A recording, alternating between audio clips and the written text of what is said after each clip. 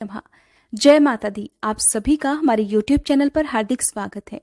10 महाविद्याओं में से चौथी महाविद्या मां भुवनेश्वरी देवी की पूजा गुप्त नवरात्रि के चौथे दिन की जाती है और इनकी जयंती भाद्रपद मास के शुक्ल पक्ष की द्वादशी तिथि को मनाई जाती है।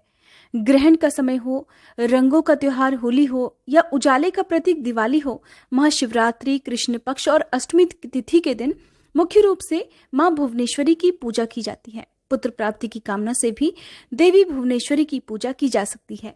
अपने नाम के अनुरूप ही ये देवी पूरे तीनों लोकों की स्वामिनी मानी जाती हैं। प्रकृति से संबंधित होने के कारण इन देवी की तुलना मूल प्रकृति से भी की जाती है। आद्या शक्ति भुवनेश्वरी स्वरूप में भगवान शिव के समस्त लीला विलास की सहचरी हैं, यानी कि सखी हैं। तो आइए आज सुनते हैं मां भुवनेश्वरी की पौराणिक कथा। एक बार मधुकैटभ नाम के महादैत्यों ने पूरी पृथ्वी पर हाहाकार मचा रखा था।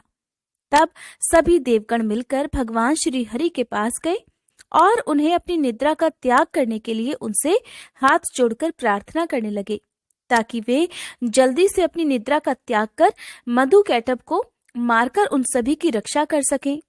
भगवान श्री हरि ने तब इस प्रकार स्तुति किए जाने से अपनी निद्रा का त्याग किया और जागृत हुए।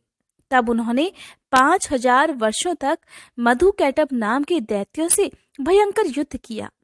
बहुत अधिक समय तक युद्ध करते हुए भगवान श्री हरि थक गए और वे अकेले ही युद्ध कर रहे थे।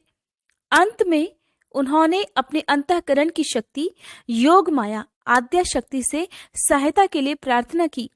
तब देवी ने उन्हें आश्वस्त किया कि वे उन दैत्यों को अपनी माया से मोहित कर देंगी।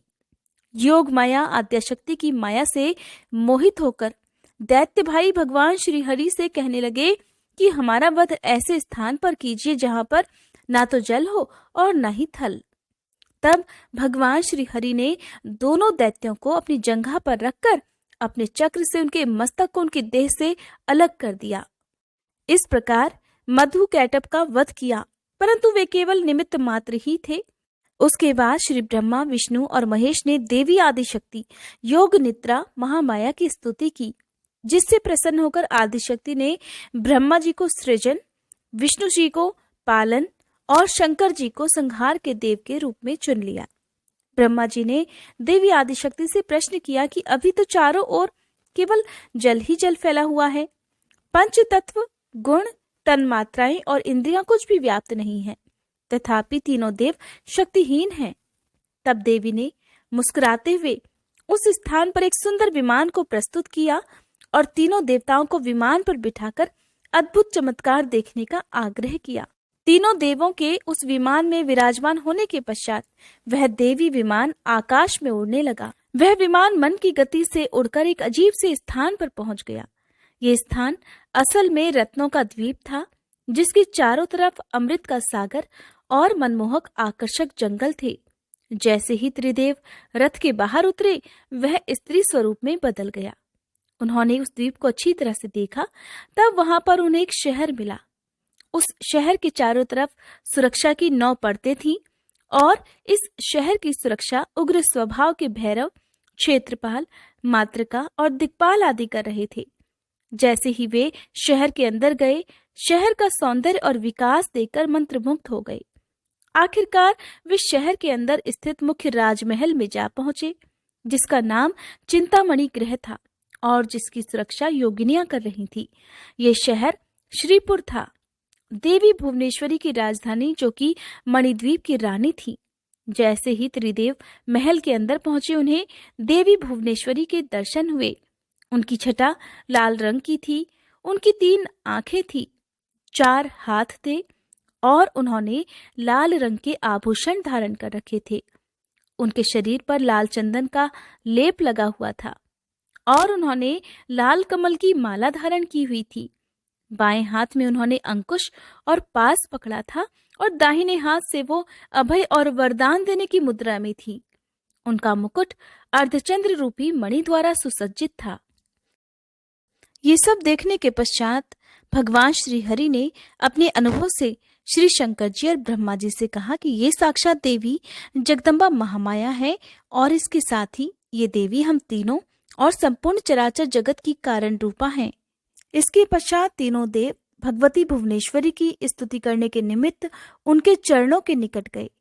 तब तीनों देवों ने देवी के चरण कमलों के नख में संपूर्ण जगत को देखा। ये सब देखने के पश्चात त्रिदेव ये समझ गए कि यही देवी संपूर्ण ब्रह्मांड की जननी है।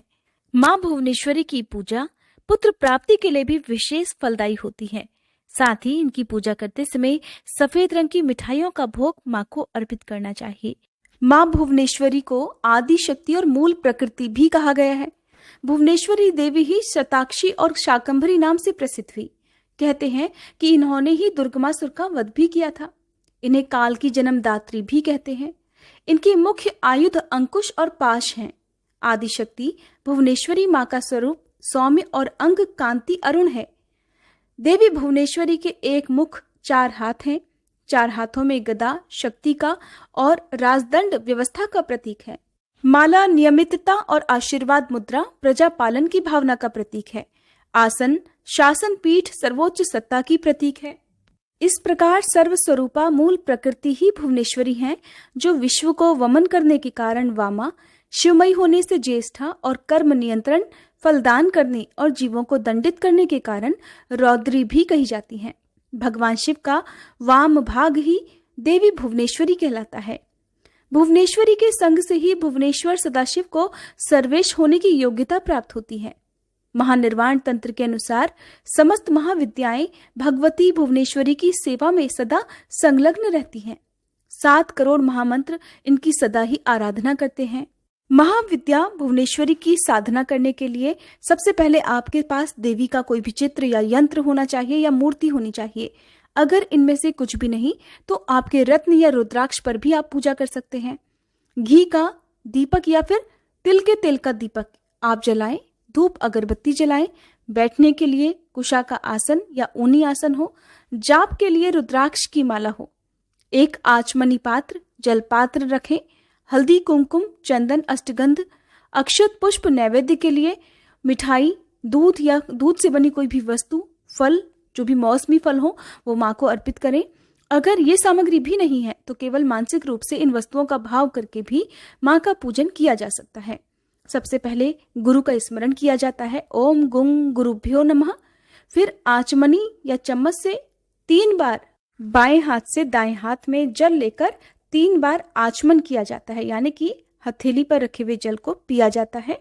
फिर चौकी पर पुष्प और अक्षत अर्पित करें। उसके बाद अपने आसन का स्पर्श करें।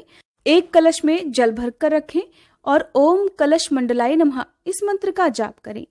अब दाहिने हाथ में जल पुष्प और अक्षत लेकर महाविद्या भुवनेश्वरी की पूजा का संकल्प लें। क्योंकि चौथे दिन माँ कूष्मांडा की पूजा का भी विधान है, तो ऐसे में आप जिन भी देवी की पूजा करें हाथ में जल पुष्प अक्षत लेकर इस प्रकार संकल्प लें। मन में इस प्रकार बोले, फिर अपना नाम, अपने कुल, अपने गोत्र का नाम और अपनी समस्या के निवारण हेतु या आपकी मनोकामना की पूर्ति हेतु इस प्रकार कहें कि आज मैं यथासंभव देवी भुवनेश्वरी की या माँ कूष्मांडा की पूजा अपनी खास मनोकामना पूर्ति के लिए कर रहा हूँ या कर रही हूँ, और इस प्रकार मेरी की गई पूजा को हे देवी आप स्वीकार कर मेरी मनोकामना पूर्ण करें या मेरी समस्या का निवारण करें, और फिर संकल्पित जल को देवी के चरणों में अर्पित कर दें। हर दिन की जाने वाली पूजा में जो भी देवी का दिन होता है उनका नाम लेकर और अपनी मनोकामना का, अपनी समस्या के बारे में कहते हुए आपको संकल्प लेना चाहिए। उसके बाद विधि विधान से महाविद्या भुवनेश्वरी की और माँ कूष्मांडा की पूजा की जाती है। व्रत की कथा पढ़कर सुनकर सबसे अंत में आरती करके और भोग लगाकर आपको क्षमा याचना करनी चाहिए, ताकि पूजा में की गई कोई भी गलती का दोष ना लगे। भोग में यदि कोई विशेष भोग आपके पास नहीं है तो केवल लौंग बताशा इनका भोग भी आप माँ को अर्पित कर सकते हैं। दिन भर उपवास रखें और शाम के समय यदि आपने पूरे उपवास रखे हैं तो एक समय फलाहार कर सकते हैं। ये थी आज की वीडियो। अगर जानकारी पसंद आई हो तो प्लीज वीडियो को लाइक शेयर और चैनल को अब तक सब्सक्राइब नहीं किया है तो सब्सक्राइब करना मत भूलिएगा।